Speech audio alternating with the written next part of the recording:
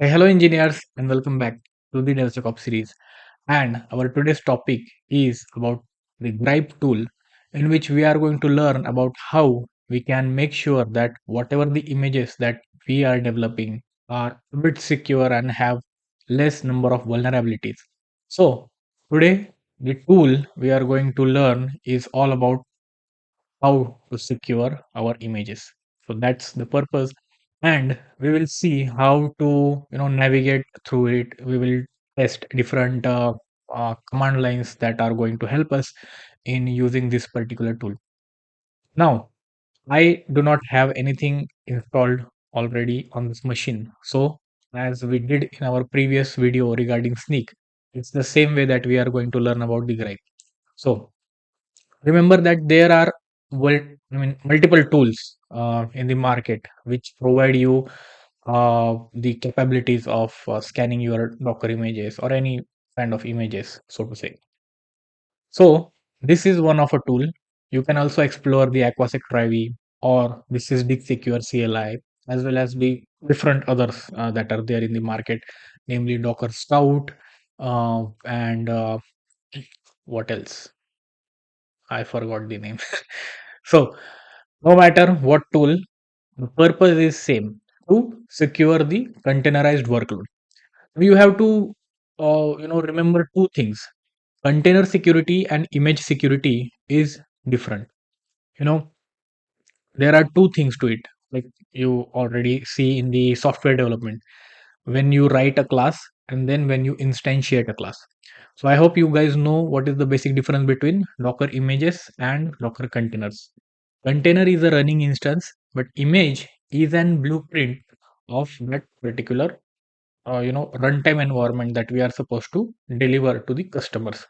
So first, the container image is really important to secure it so that you could be sure that such kind of vulnerabilities would not be arriving in the runtime environment of your application or your infrastructure. So that's why we kind of go through first image security and then container security. So we will be dealing this topic in a greater detail in our further videos, but today it's all just about the Docker images. So let's go to the another slide and we'll see what topics we are going to cover in this particular video. We will see the Grype overview. I hope you got a glimpse of what the Grype tool is all about. It's about image security as well as the file system security that we will be having in development repository, so to say. But we will not look at the file system security as of now. We'll just only deal with the container security or image security. Then we will install this Grype CLI and we will check how to, what vulnerability databases are used for, scanning your images. And then we will trigger an image scan. Then we will write whatever the output is coming from this image scan to a particular file. And then we will check how we can explain a vulnerability that has been investigated or found out in these scans. Now, remember one thing, it is only a CLI tool. We right now do not have any UI as in the case of Sneak that we have learned in our previous video. So the thing is, whatever the results are will be coming as an output on your uh, terminal, standard output stuff. So in order to do a little bit of you know formatting and outputting that thing in a JSON document or any table format, we will use this uh, you know write output to a file kind of stuff. So that's all for that. So just an overview. Uh, what is this thing? Grype. It is a vulnerability scanner. Okay, for container images. Okay, not for container, but the images of those containers and file systems, as I already mentioned. Then what it does is it finds out vulnerabilities for major operating systems, packages, and language specific packages.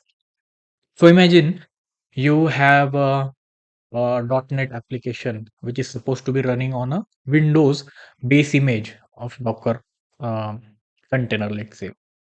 So what you do, the window or Windows operating system is there, and then the .NET application. So both of them have different kind of compatibility levels. So if you deploy a Windows application, on, I mean, .NET application on a Linux machine, it makes a certain difference between them. So that's why there are two options given to us. Either you can have the operating system level scan or the language specific package scans. So we'll see that. So it's a bifurcation done because you need to know where these vulnerabilities are occurring. If you just scan the image, you would not know if it is coming from the application code or the system operating system code. So that is why this diversification is really important.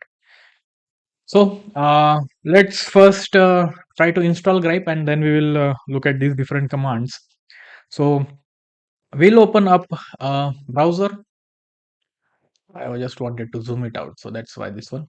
So we will go in the type, I mean, search box and type Grype, Grype, and you can see over here, Grype is an open source vulnerability scanner for container images and file systems that identify security weaknesses in software packages. So you can read about this thing. Okay, the video demonstrate how to use Grype to scan a container. Maybe one day we will have my own video over here.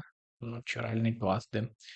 But there are certain features that we kind of get to see over here. So vulnerability scan is first thing. Then comprehensive reporting. There are different kind of severities of the vulnerability that we already deal a lot. And then compatibility level. So it can scan various formats, including Docker, OCI, okay, and then singularity images as well as local directives. So these four features is what we can get. Then okay, it also has the support for Node modules and Python virtual environments. So that's great. You can integrate that thing in your CI/CD, just as the sneak tool that we saw earlier. And then you have output option and then offline scan, all those things. And SBOM compatibility. SBOM we haven't dealt with it already, but you should know SIFT is a kind of tool that you can use to create SBOMs. So for SBOM, there are different tools as well. It's a Cyclone DX, and what's the other name? I forgot that one. Cyclone DX and SIFT are the two most prominent tools that you guys see in the market for SBOM creation. SBOM is software bill of material. For your information, you can search about it later on. But for now, we'll just go to this particular repo and see how we can install the tool for ourselves. So Anchor slash Grype is the uh, web, not the web page, the GitHub page where you can find Grype. So let's see, it's a vulnerability scanner as we already dealt with it, and then easily install the binaries to try it out with this thing. Okay, so let's see some features about the Grype tool. So it can find vulnerabilities in the operating systems as we already have seen it. So whether it be any of this stuff, Wolfie, then Red Hat, Express and all these other things, BusyBox, Amazon Linux. These are the different operating system it can, find vulnerabilities in. And then there are different language specific packages like Ruby, Java, Python, .NET, and all of these things.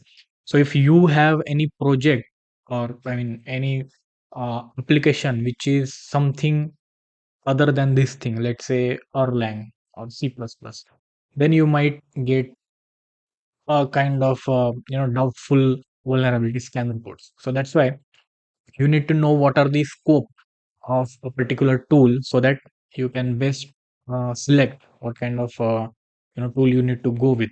So either it will be Aquasec Privy or a Docker Scout utility tool or Sysdig. That is up to the support that it provides and the type of technology it covers. So we will only deal with these things. That's why if you are using a Java project, you can easily use Grype to find out the vulnerabilities in it. So before we move ahead, we will need this thing, chocolate distribution, to be in, present on the this one Windows machine.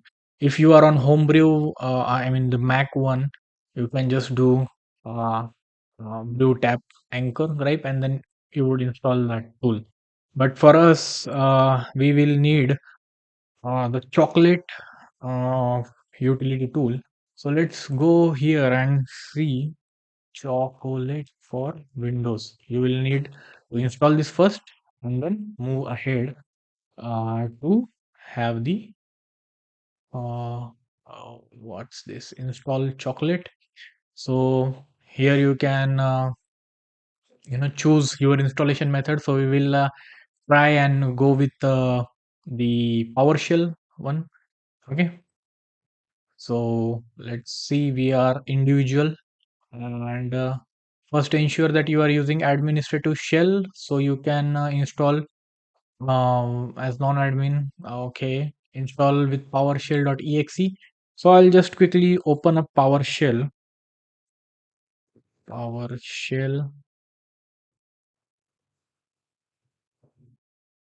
Okay, let's open it in administrative mode. Okay, and I hope you can see this thing, and over here as well. So it says with PowerShell, you must ensure get execution policy is not restricted. We suggest using bypass to bypass this thing, and to bypass the policy to get things installed or all signed for quite a bit more security. So let's copy this thing and run it over here. Get execution policy. Okay. If it returns restricted, then run set execution policy all signed. Okay. Let's see. The execution policy helps protect you from scripts that you do not trust and expose your security. Okay. So what we can do is first do a why. Where is the prompt? I am supposed to go with why. How how how I can go with yes. Yes. Okay. Let's see now. Get execution policy all signed. It is okay. So now we are good with the other policy. So now run the following command. I'll just copy it over here and paste it. Oh, sorry, not this. Copy, and why it is not pasting it over here. So set execution policy bypass scope process force protocol is system.net service point manager security port and http community chocolate.org install ps1. Great. So now paste the copied text into your shell and press enter. Okay, so it is now downloading chocolate, and then let's see. Uh, Wait for a few seconds for the command to complete. Yes, installing chocolate on local machine. That's what it says. Okay. Ensure chocolate commands are on path. So what's warning? Not setting tab completion profile file does not exist at C user. So it still says chocolate shell choco.exe is now ready. You can call choco from anywhere, command line or PowerShell by typing choco. Okay. You may need to shut down and restart PowerShell or consoles first priority. Okay. So now I will do one thing. I'll open up another terminal. Let's say this is a git bash. Okay. And let's see if choco is available for us. Great. So choco, you can see. Now what we have to do is to go up to here and run the Choco. What was that? Choco install Grype -y. Let's just go with no -y. Okay. Choco install. I want you to ask me if I have to install it or not. So what it says, 3 validations performed, 2 successful, 1 warning, a pending system reboot required has been detected. Yeah, I know, but let's not reboot that thing. So now we are here installing Grype. Once we get the Grype tool uh, installed, we will see how to use it to perform our security operations. So let's wait until that time. So it says there is some error with this thing. Grype not installed, an error occurred because unable to obtain log file access. This may mean that different users or administrators holding this lock, that this process does not have permissions to access. If no other process is currently performing this operation on this file, it may mean that earlier NuGet process crashed and left. Oh yeah, I remember I did something earlier, and it was not good. So I'll do one thing. I'll just close this thing. Also close the PowerShell, and then restart the PowerShell, and we will run it over there. Okay, so PowerShell in admin mode is what I started just now, and we will paste it off on this one, man. I want this command choco install Grype. Okay, let's see now if the Grype is going to get the permission to install it on the lock that it created earlier in the library folders, so that it should not fail by now. Let's see. Hope for the good.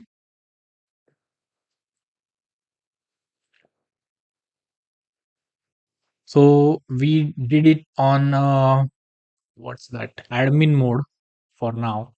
Okay, great. Download of Grype is completed. Extracting this tool and chocolate install one package. Okay, great. So sudo. I remember sudo is way easier than this one. Okay, so what we need to do right now is after we installed this Grype tool, we have to copy this thing, C program data, chocolate, and Grype tools, and we need to add it in the system paths. So what we will do is open the system property stuff. I don't know if you can see this. I am not able to make it. What's that? Bigger. So we will go over here and create new, and then paste the path of library Grype and tools, so that now we can access this Grype tool from anywhere that we want. So now let's just close this window and reopen another tab. I'll now open git bash just to see a good view, and then try running Grype. uh why are you again doing that stuff? Okay, let's there is some error. Okay, I'll just close this one and open the another terminal. Let's say we will go with PowerShell. Okay, and there seems to be some issue with this thing, the git bash. Oh, did I not add that thing in the what, in the environment variables? I'll need to recheck and add that thing again in the environment variables. So let's go back over here and find in the paths this one, copy this thing, okay, and add it over here as well. Okay, new, this one, okay, okay, okay, okay. Let's restart terminal,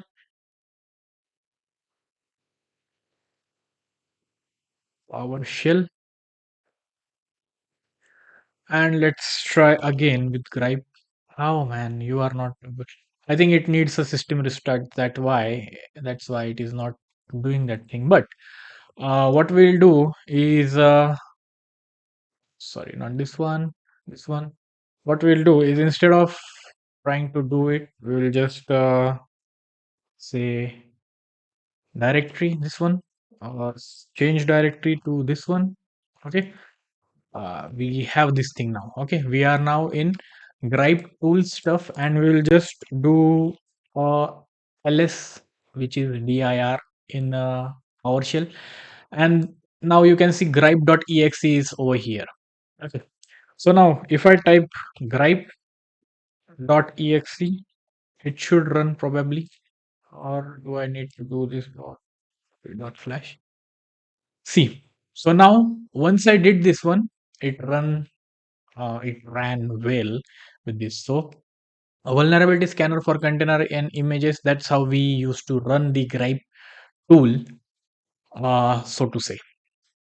So now what I'll do is I have the full path over here and this one. So I'll just copy it, open this thing, uh, and create an alias in my ZSHRC file or bash.rc file. So I'll just open it with code bash rc. Okay. I hope you know how to create an alias, so to say. So let's just open the Visual Studio stuff. Where is that? This one. And in my bash rc, I have this thing. So I'll create an alias like Grype and then write it over here that I want to execute this Grype dot, oops, sorry, Grype dot exe. So just make sure that you do this one. Okay.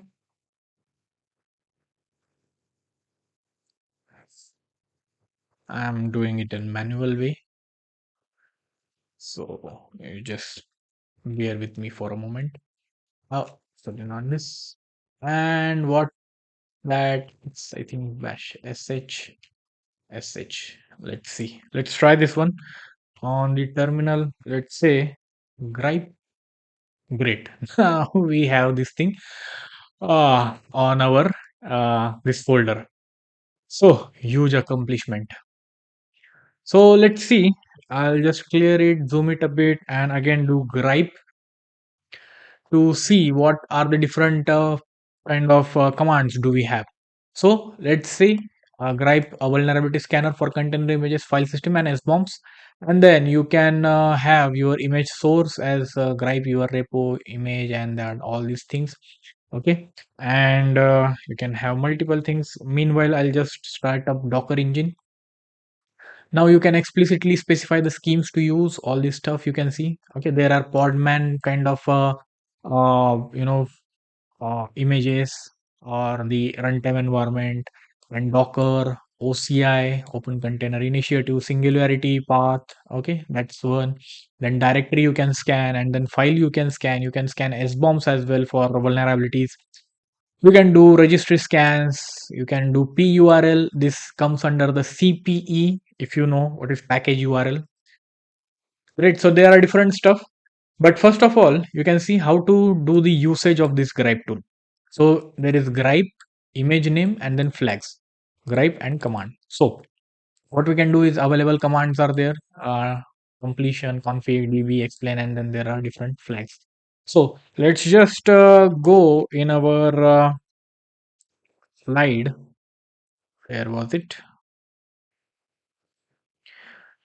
Great. So how to use Grype? Now that we have Grype installed, we will first look at how to update the vulnerability database, because you need a database so that your image, whatever is inside that image, should be compared with something in the open source environment, the database which is available there with the CVE and CVSS, and then the CVE ID or the EPSS score of those particular packages with the version numbers. So we will do Grype DB update first. So let's go with that Grype DB, let's say. So there are vulnerability database operations. What we can do is Grype DB, then check what DB it is available for it, and then import some database, list some database and providers, and then update. So first of all, let's just go with Grype DB update so that it would fetch in the latest database and then run the scans against it. For now, we have installed the latest Grype CLI tool, so we don't need it explicitly. But if you have some older version of Grype tool, then you kind of have to update it because there are new CVEs coming up each time. So that's why you need one stuff.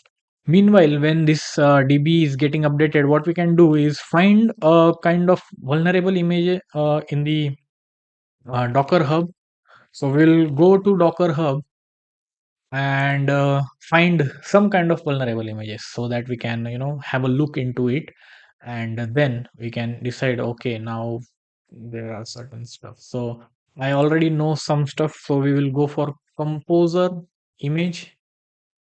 Okay, so composer is a dependency manager tool, or and we can go for different tags, and here you can see outstanding vulnerabilities for certain versions. Okay, so if it's not showing it over here, why is it not showing?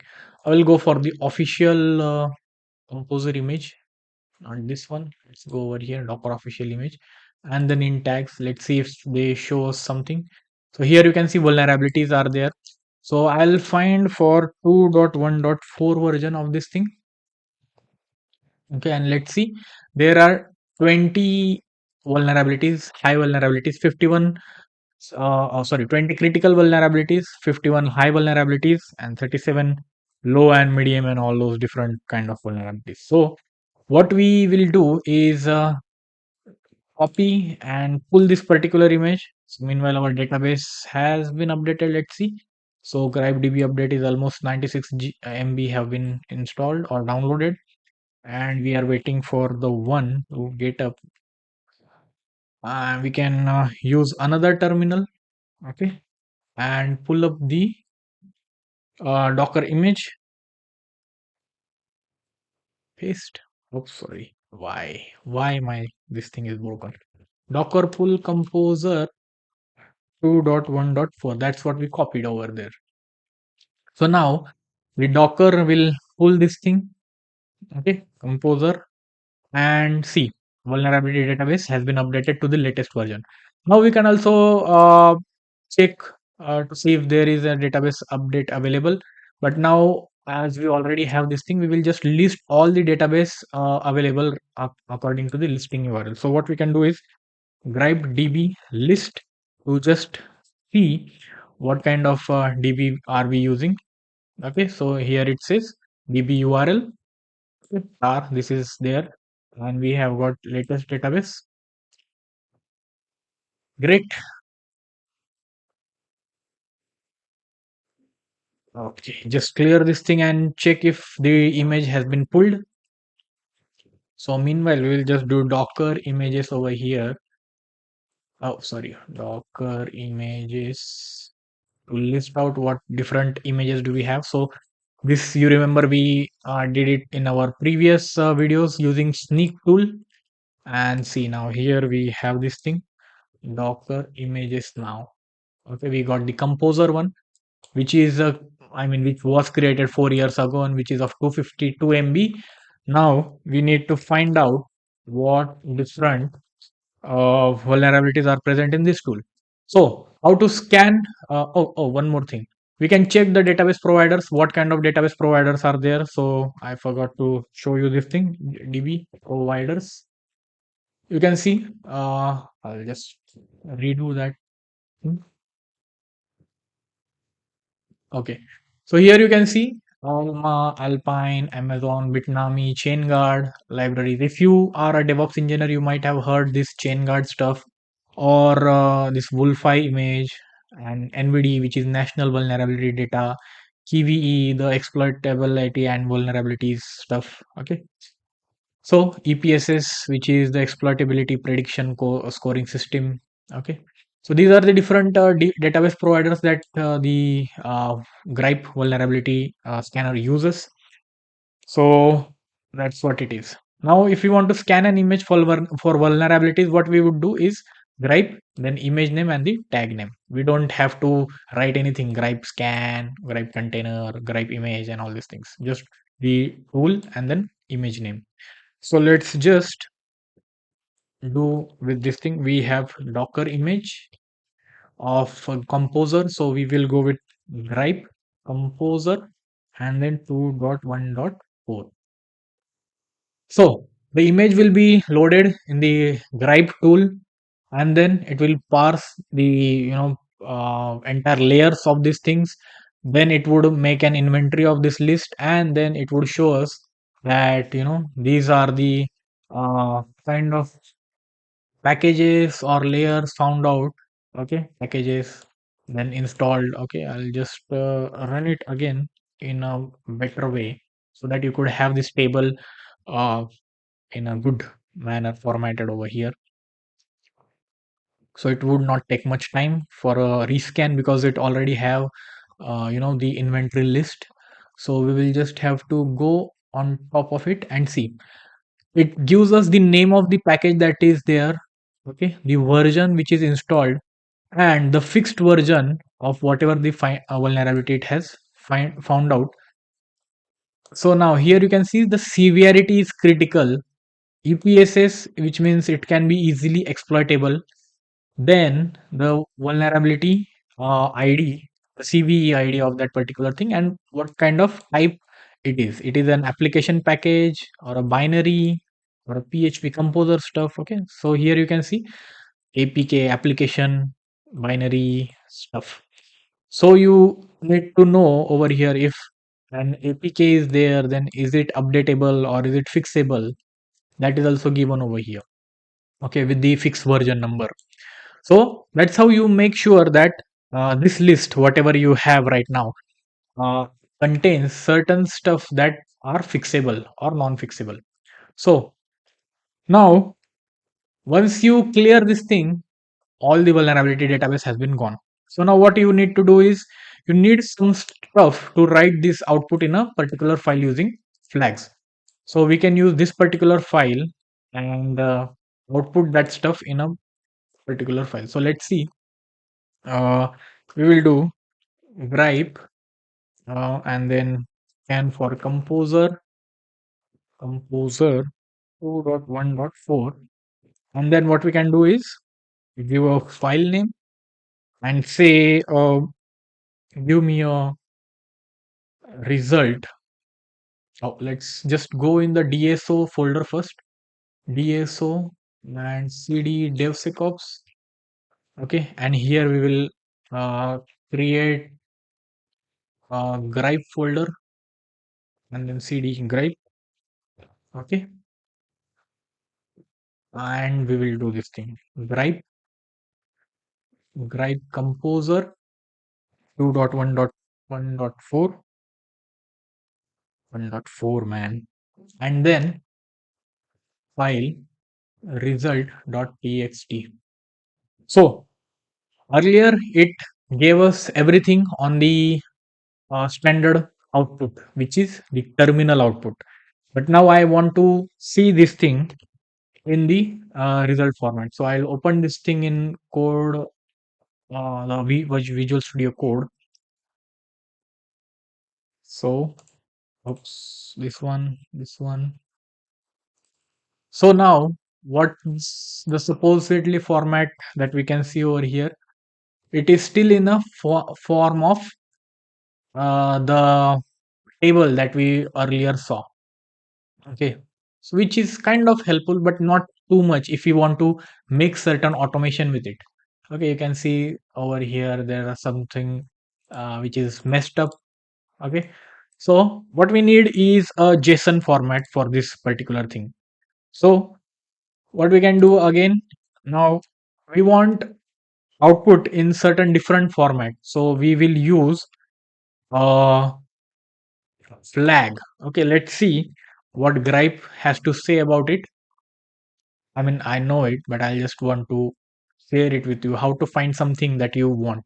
So once you have these things, you can see over here there are different flags which you can use.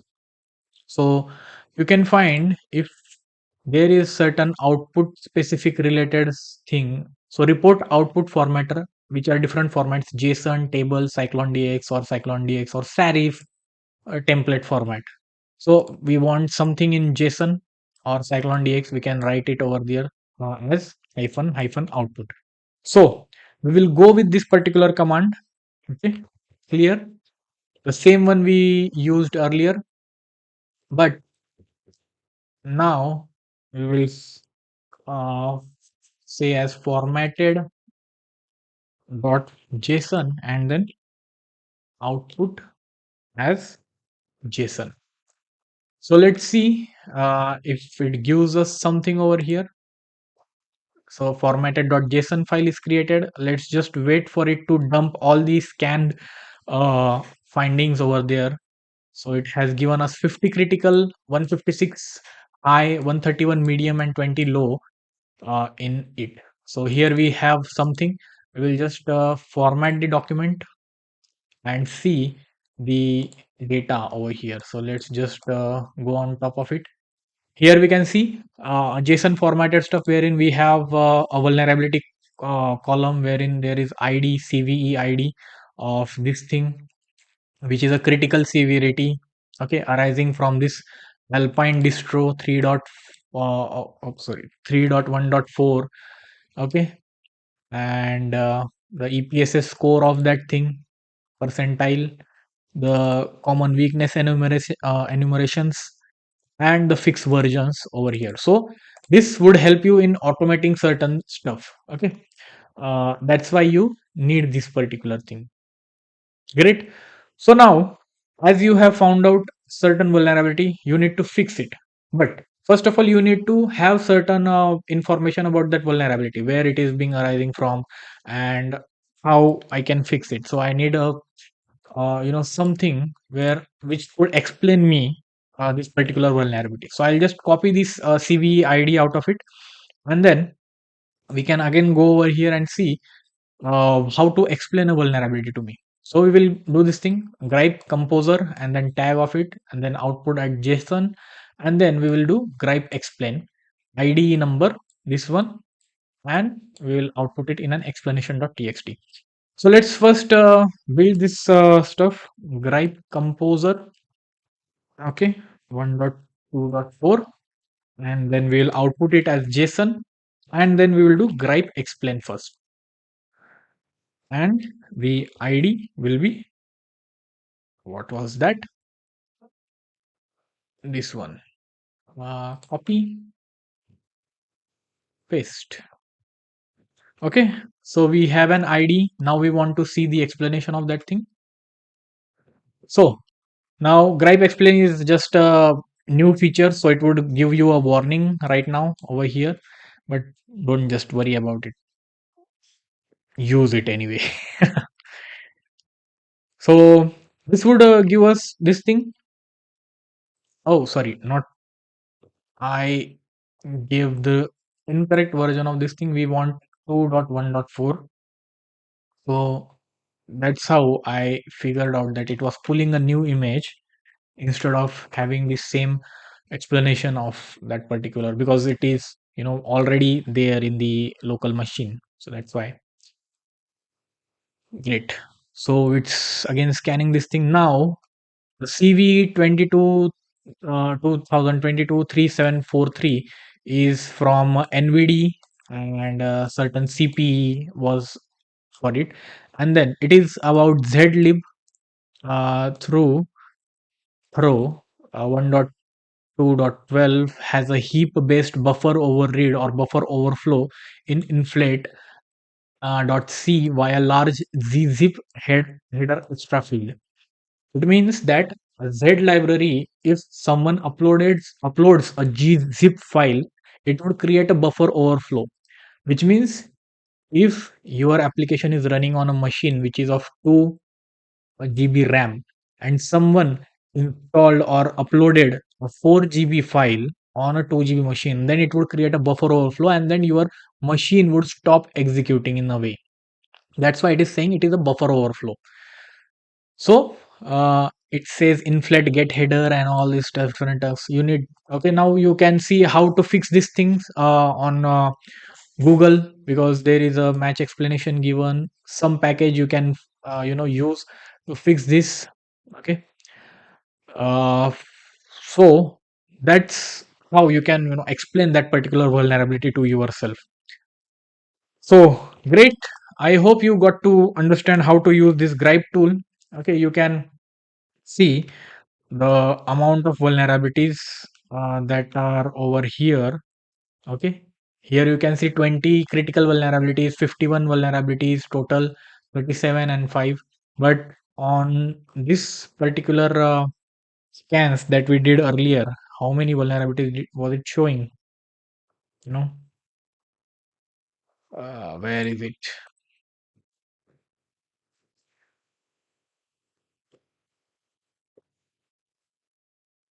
You can see how many vulnerabilities it shows at the end of this particular thing.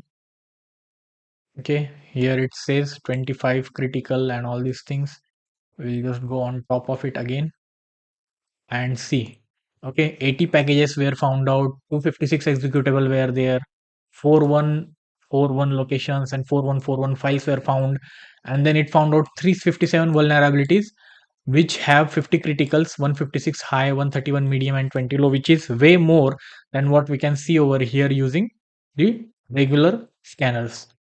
So that's how you use this particular Grype tool to scan your vulnerabilities, the image vulnerabilities, and then you can move ahead with the hardening of this particular Docker images. So I hope you got to learn how to use this particular Grype tool for scanning your images and then securing your workloads, and then outputting, creating an output which makes sense, and you can automate that particular thing for fixing and all these things. So that's just one tool we have looked for image security. We will see another tools like Docker Scout as well as Trivy and Sysdig CLI if we have a free version of that particular thing, and then compare the results between all of these different tools to check which particular tool gives us good results. So that's all for our today's video. I hope you liked it, and please do like, share, and subscribe to this particular stuff, the entire DevSecOps series. And you can find out different tools that we will be learning, and you can add them in your CV to make yourself look good, and you don't need to worry about anything else in the interview. So that we will be covering everything from the start to the end of this particular what's that series in DevSecOps. So that's all for our today's video. I guess we will meet again in another video. Until then, keep learning, and yes, bye guys.